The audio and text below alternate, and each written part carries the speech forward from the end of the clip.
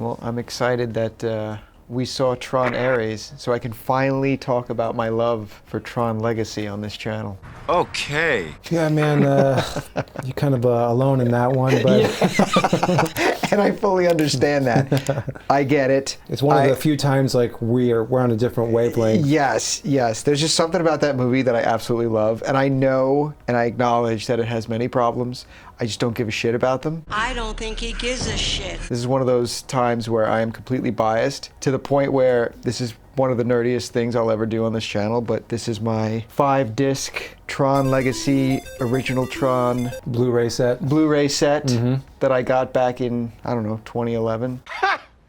Gay! I mean, regardless of how one feels about the film or not, that's a cool set. So. It's a great set. I love it. Tron Ares, not so much.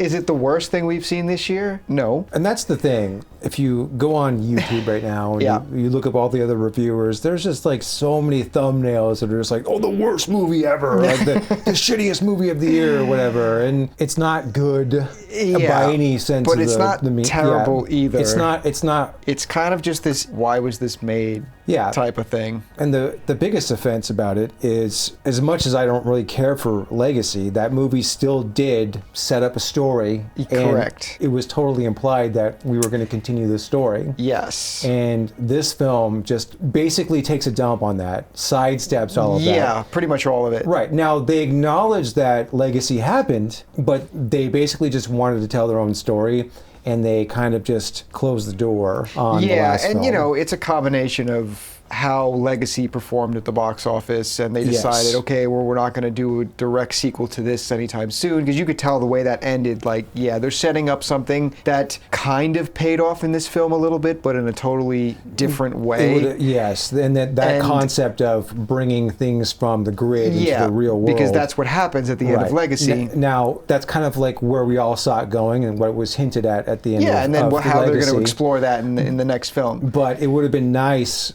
had these concepts been explored with the characters from the previous film. Yes. And that's the biggest letdown about this movie. Now, my biggest problem with Legacy is, well, fucking Garrett Hedlund. That guy don't mind him in that guy movie. has zero fucking charisma.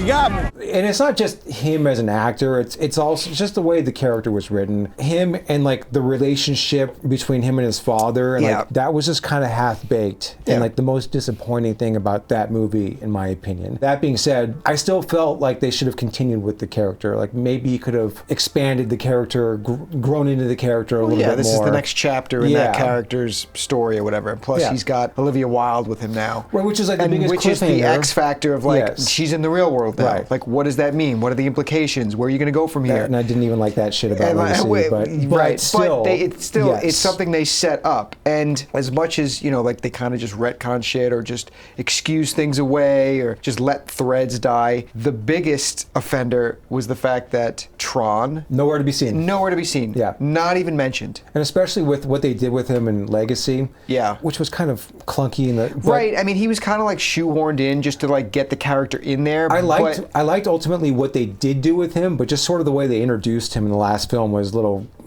It was like he was a guard, and then suddenly, oh, that's Tron? Okay. Yeah. Whatever. But at the end of the film, he's a bad guy in Legacy. And then he kind of remembers who he is, sort of, and then kind of becomes good, sort of, at the end. Right, well, you see his light turn from red back to white as he's sinking. So the implication is like the next one, he's going to be Tron again. Maybe he'll be back again as Tron, or like in his death, he redeemed himself, or whatever. Like, you just think that he'll probably come back, since the whole series is named after him. Nowhere to be seen in this film. Not even mentioned. Bruce Boxleitner. Yeah, he's like not even in this movie at all. So yeah, they just like abandon a lot of threads. I mean, it's been, what, at this point, 15 years? Who knows if the actors even wanted to come back? They're busy doing other things, so they just moved on without them. Regardless, Disney's banking on us just not caring about legacy. Yeah. And that I mean, I think most people didn't, and that's why it never got the follow-up. Yeah, I mean, that's true, but they don't completely ignore the film. So if you're not going to ignore it outright and just like kind of do your own, they kind of do their own thing, but at the same time, they want to acknowledge legacy. Right. And if you're going to acknowledge legacy, just make a sequel to legacy. Just continue it. Yeah, why bother? And, Jared Leto also played a big role in getting this thing off the ground. He's a legend, amazing talent. Right, he's got producer credit. Yeah, he was just obsessed with like wanting to be in a Tron movie. That guy just desperately wants a franchise to work that he's in, for himself. Just so fucking desperate. With the failure that was his Joker and then Morbius. Basically everything he's done. Everything he's done, yeah. The last few years, so. Yeah. But here we are with Tron Ares, and of course Ares is Jared Leto's character. And at this point, now that we are another 15 years past the events of Legacy, old Sam Flynn and Cora nowhere to be found. He was in charge of NCOM. He just retires. For reasons that are just never explained. Dillinger, who was played by Cillian Murphy in Legacy, who was also just retconned out of existence. Yes. Because now, instead of the main villain from the first movie, instead of this being his son, Gillian Anderson plays his daughter. And there's no mention of Cillian Murphy at all. And Cillian Murphy was Dillinger's son. Yes. Right? Yes. And so the main baddie in this film is Evan Peters. Yeah. Who's the grandson. Yeah. So you're exactly. That's a complete retcon. Yeah, he's just not mentioned or acknowledged. They acknowledge certain things, but he's just gone. Yeah, he's just completely gone. That's right. So then the Dillinger family, I guess, just started up their own thing, and they've got their own tech company now. So it starts off with the grandson wanting to sell all this tech to the military. He's that type of company owner, yes, which is a stark contrast to the NCOM owner now, who is the our Asian protagonist, chick. Yeah. who is our Asian chick. Yeah, whose name I just can't remember. She wants to use the technology to cure hunger. Yeah, she's just purely altruistic in all of her intentions. But white man wants to use it for bad things. Obviously, yeah, we haven't seen that before. Dillinger has his own grid now. That's what's annoying about this movie. Is there's multiple grids now on different servers. That's fucking dumb. Tron and the idea behind Tron and the technology in that movie is very much like late 70s, early 80s concept of computers. Yeah. And it's annoying that you're trying to take those ideas and sort of mash them with modern technology. You have to kind of play in the sandbox that they created in the original film and continued in Legacy. What Flynn did was he kind of took the grid from the original and then kind of reconstructed it in his own way and started building in that. And that's what Sam goes into in the second film. Correct, which is Flynn's grid, basically. And then now this, Dillinger, they have their own grid. So he creates Ares, who is like a security program. I did like how in the opening with him, he's basically just completely naive, and then he just keeps training and training through dying and then being brought back, and then you see how he becomes this crazy security program. It was a cool way to show that how he learns to be the ultimate security protocol. Yeah. So Dillinger's whole thing now is that they have the lasers that can take things from the digital world and just build them in the real world, out of thin air. Well, that's instead of it just being a laser that Honey I Shrunk the Kid style that just shoots shit out and there it is. Now it just does a 3D printing. It's basically 3D right now. It's 3D so printing. It 3D prints shit, and the idea is he can do that, bring it into the real world, and then it only lasts 29 minutes. Yes, for and reason. This is where we get our MacGuffin of the film, the permanence code. The permanence code. Which is now the thing that everybody's looking for in this movie, because anything that's taken out of the grid essentially and built in the real world can only last for 29 minutes, and then the code just degrades. So they're looking for this code now, this secret super code that will make it permanent in the real world. He's trying to sell this weaponry to military contractors, things like that, but they can't do it till it's permanent. Right. So, but supposedly Flynn hid the permanence code. Bullshit. Yeah. This guy had no idea. This is all, yeah, it's all bullshit. invented for this. But like, Exactly. they do that thing in the beginning of this movie, like they did in Legacy, where it's like an interview with him, Right. and it's like, media shit, and he's talking about like the permanence code and all this shit. It's like bullshit. You had no intention of taking things out of the grid and building them in the real world. That never crossed his mind once. This is all bullshit. Oh, it's fucking total bullshit. But yeah, there's your MacGuffin. Yeah. So that's what the characters are after. Right, and of in course, the film. the Asian chick who is running NCOM now, she finds the permanence code in the system. Yes. In the NCOM system. And she's like, okay, now we can bring all our altruistic ideas to fruition. Yeah. We can just grow food for the world. When and Evan Peters demos this, it's like tanks and shit he's bringing in from she the grows grid. a tree. She grows a tree, An orange tree. Get the fuck out of It's here. so funny. So stupid. Yeah, so now the whole thing becomes Evan Peters, our unhinged villain, trying to get the code from her by any means necessary. So he conjures Ares into the real world with his other programs and is like, go get me that code. Yeah. And now we start getting these scenes that you'd normally see on the grid in our world. Mm-hmm. And I did like a lot of those scenes, actually. I did too. My only criticism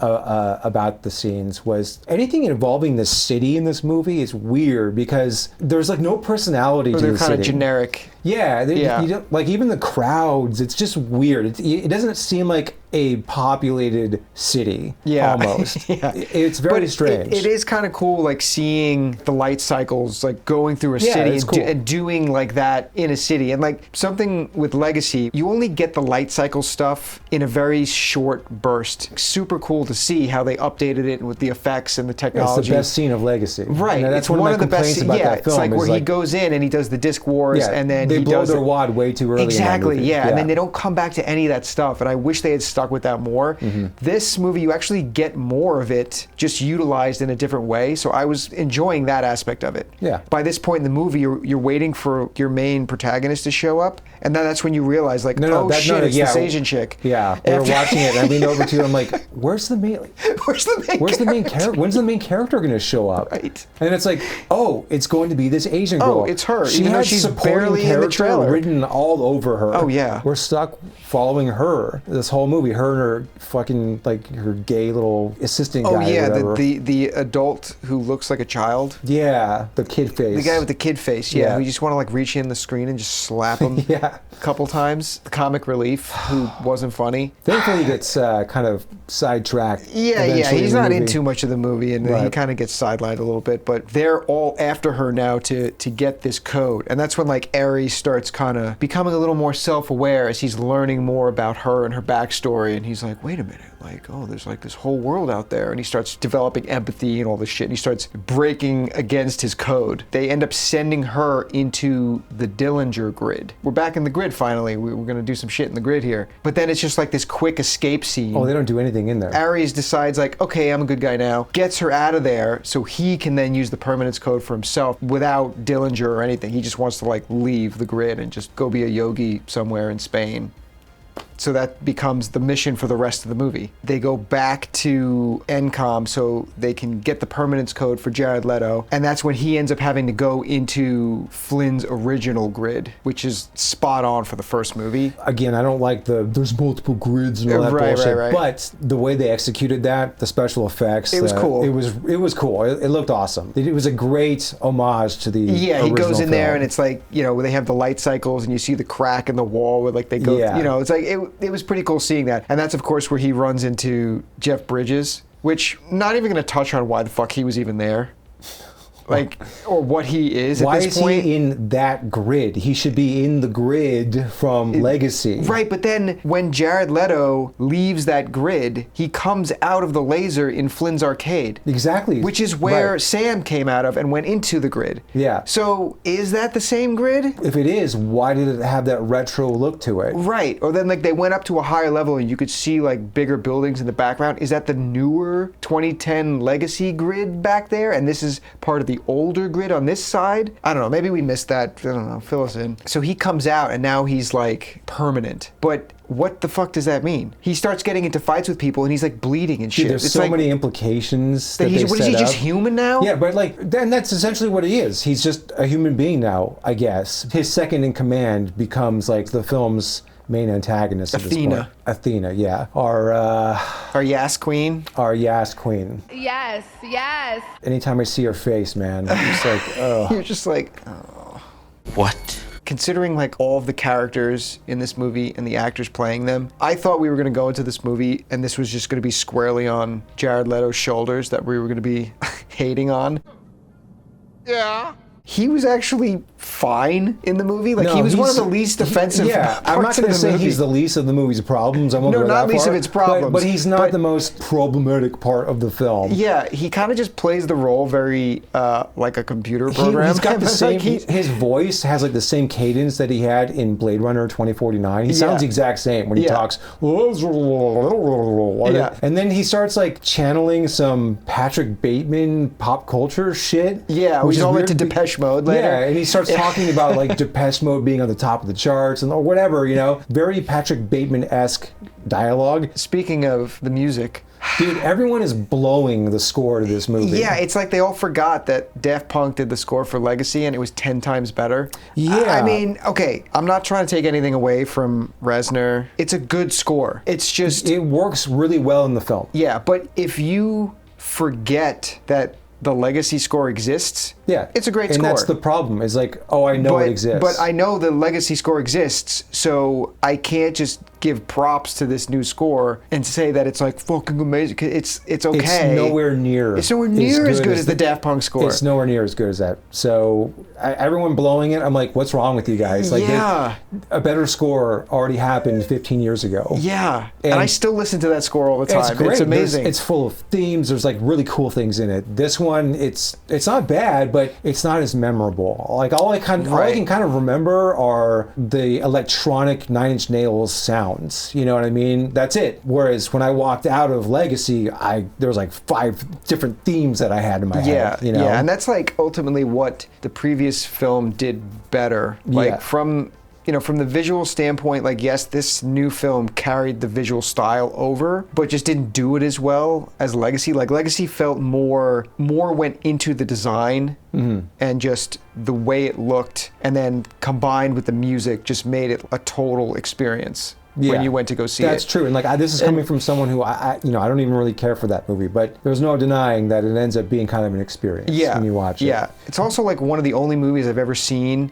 in 3D that warrants the 3D. That warrants 3D because it's not just the shit flying out at you. It's like when they go into the grid, the immersion, like the world turns 3-dimensional. I was like, okay, this is like the perfect use of 3D. Yes. And I fucking hate 3D movies. 3D fucking sucks. But that one, I was like, I got to see this in 3D because I know it's gonna be worth it, and it was. Visually, though, this is a nice looking movie. It is. And it is. The sound, not just the music, but like the sound design, all of that stuff is top notch in this movie. So, and the director, he made a movie back in like I think 2012. And I think it's a Norwegian film. He's Norwegian, I think. But it's called Kon-Tiki, and it was just like a really cool adventure explorer movie. And I kind of just have like kept my eye on the guy since. I think he did the 5th Pirates of the Caribbean movie, which is a piece of shit from what I understand. I've never seen it because it looked terrible. They just hire him to be like a yes man, like, okay, he's cheaper than fucking Michael Bay or something. But I still think the guy's talented and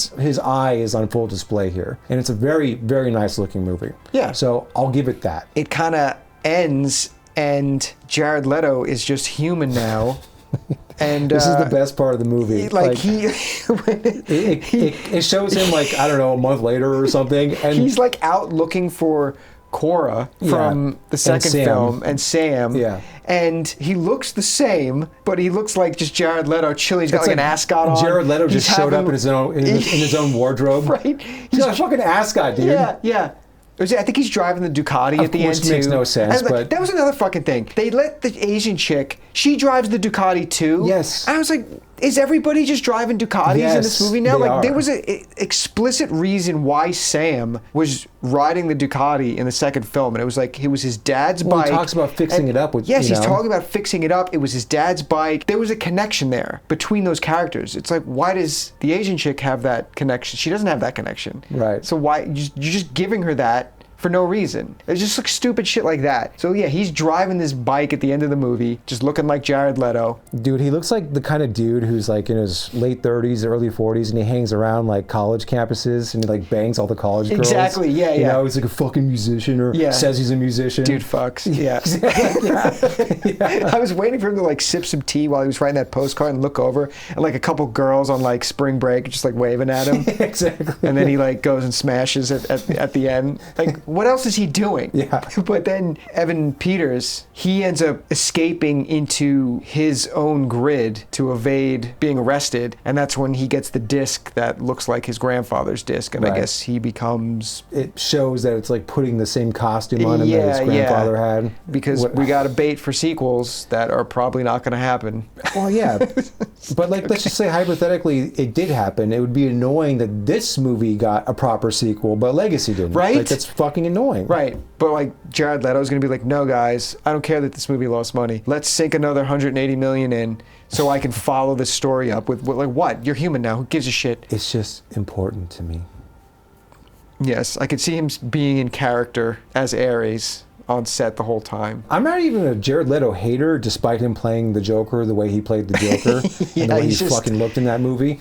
But a lot of people give him shit. I'm just very lukewarm about him. I don't really Yeah, care. But like, when we he's got okay out, I to- was like, what's like an iconic Jared Leto role? Right, outside of like other people's I movies couldn't that he think of was anything. in, like American Psycho and Well, it's that. That's not even that- Requiem for a Dream. Okay, But that- is you that gotta go- iconic though? You know, like when you I think mean, about the for imagery him of as an that movie, actor, no. Yeah. But that's still a movie I love that he was in. But Yeah. that's before he had the stigma of being Jared Leto. Exactly. Which he has now, which is Right. like, name a Jared Leto vehicle that's good from the last 10 years. I mean, Whatever. yeah, I mean, was it the worst thing we've seen? No. But was it good? Not really. No, I'll never watch it I ever mean, again, and yeah. I don't recommend seeing it. Yeah, I'm going you to go know? watch Legacy again because that's a guilty pleasure of mine. Yeah, and like I watched Legacy the day before seeing this because I hadn't seen Legacy since it came out in 2010. That's how long it's been. And I just remembered it being very bland and just whatever. There are a lot of problems that I had with that film. Sure, So you I can watched say it what you again, want about the story. and like I did enjoy it more watching it this time, but all the issues that I had with it back then are still there. Yeah. I was a little bit more forgiving towards it because I'll take the shitty movie of 2010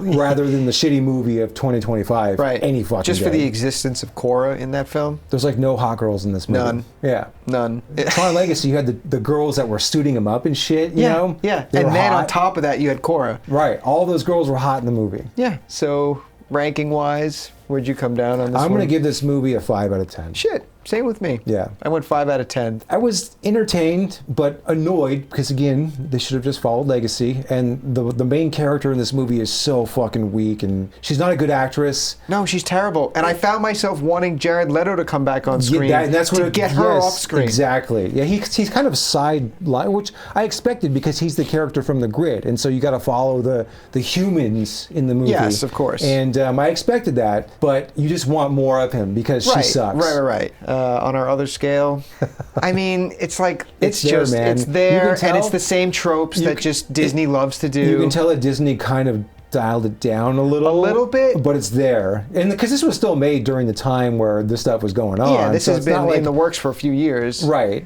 I don't know. I went 2.5 out of 5. I went 3.5. Okay. Because yeah, Sure. I mean, you know, fucking, you got the gay sidekick. You got like, now granted, the black chick wasn't like, you know, the savior of the universe in this movie. They Right. actually made her the villain. Yeah, she is on the bad guy side. Right, but they definitely hint at if she just lived a little bit longer. Yeah, she had a would've- few more minutes of screen time. If her expiration clock went past 29 Right. minutes, she would have turned. And then if she did turn, And, she like- would have been the ultimate badass. Yeah, I'm surprised, like, when she was evaporating there at the end, like, her red didn't turn white really quickly before she went. Well, it can't turn white. Yeah.